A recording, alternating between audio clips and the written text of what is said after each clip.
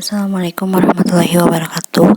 Perkenalkan, nama saya Nazwa Kania Aulia Hakim dengan NIM 2409480 dari kelas 2B Teknik Komputer, akan berkuliah basis data dengan materi join.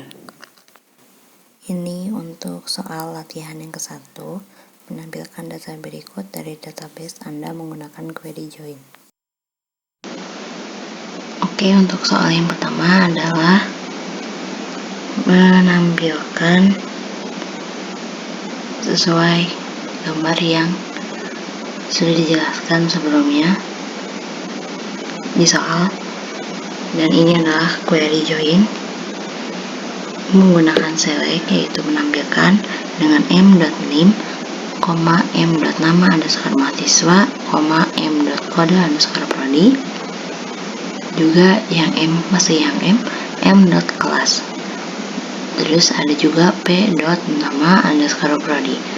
Dari from itu dari mahasiswa dengan label m. Jadi apa-apa yang ada m-nya dikasih label m ini berasal dari tabel mahasiswa, dijoinkan atau digabungkan dengan prodi yang dikasih tanda p gitu.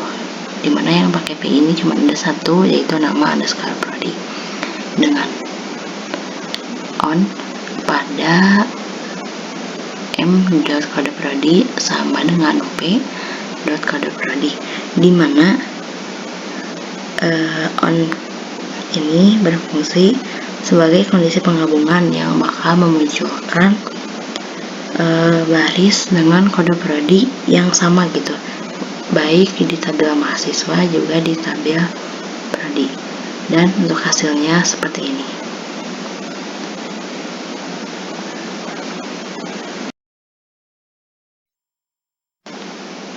Oke, dilanjut ke masih latihan yang ke-1, cuman soal yang kedua atau gambar yang kedua, yaitu ini.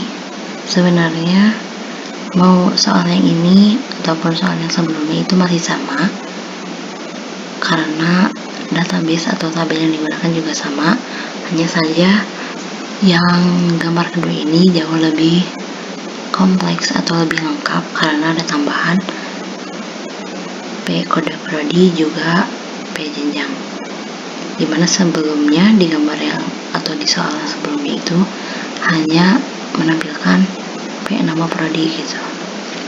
Dari awal hingga akhirnya itu sama, karena akan menampilkan kode prodi yang sama gitu di tabel mahasiswa juga di tabel prodi, dengan tambahan kode prodi sama jenjang. Jadi inilah hasilnya dari query tersebut. Kalau bedanya gitu, yang query yang kedua ini jauh lebih lengkap dibanding yang sebelumnya.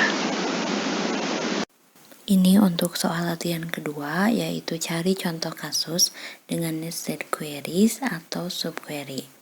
Oke, dilanjut ke nomor 2, yaitu latihan nomor 2, yaitu cari contoh kasus dengan nested queries atau subquery, kemudian implementasikan pada database Anda. Di sini di soal nomor 2 ini aku mengambil kasus, yaitu mencari nama mahasiswa yang mengambil mata kuliah dengan jumlah SKS paling tinggi atau ya paling besar. Sebelumnya aku di sini ngejelasin kalau tabel atau database yang aku pakai ada tabel mahasiswa, terus ada juga tabel mata kuliah. Nah, sebelum itu aku buat tabel baru, yaitu tabel KRS. Tabel KRS ini sendiri berfungsi sebagai penghubung antara mahasiswa dan mata kuliah yang akan mereka ambil. Isi dari tabel KRS itu ada NIM juga kode MK.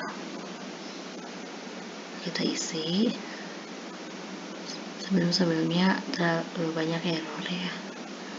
Nah, ini dia isinya. Insert into KRS ke dalam tabel KRS yang tadi. Ini aku sudah mengisi, totalnya ada 24 baris.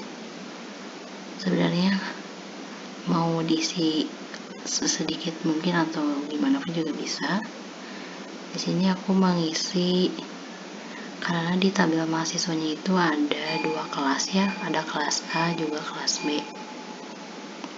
Nah, aku tadi di dalam KRS-nya itu masukin per kelas, jadi kelas A juga kelas B, dimana per tiap mahasiswa, misalkan mahasiswa kelas A itu mengambil 2 mata kuliah gitu. Jadi totalnya ada 24.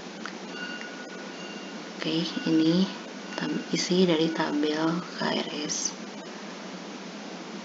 Ini dilanjut ke query-nya, yaitu untuk menampilkan nama-nama mahasiswa yang mengambil mata kuliah dengan jumlah SKS tertinggi. Di sini aku memakai select berfungsi untuk menampilkan. Terus M nama mahasiswa, M di sini untuk tabel mahasiswa. Terus MK dot nama MK di sini untuk mata kuliah. Terus MK.SKS sama MK-nya juga untuk mata kuliah. Di sini juga dijelaskan from dari mahasiswa dengan M join ke KRS atau K yang baru, tabel baru tadi dibuat, on M nim, dimana nim itu sama dengan nim yang ada di tabel KRS, dijoinkan, digabungkan ke dalam tabel mata kuliah atau MK ya, yang sininya pakai MK on KRS, dimana kode MK di KRS sama dengan kode MK yang ada di dalam tabel mata kuliah, dengan syarat dengan subquery where dimana mata kuliah SKS-nya itu dengan angka atau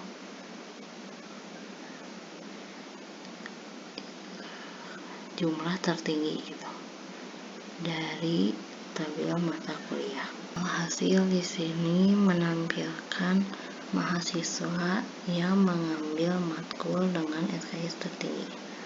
SKS tertingginya itu ada 4, di mana SKS dengan nilai tertinggi itu ada di mata kuliah pemrograman dasar.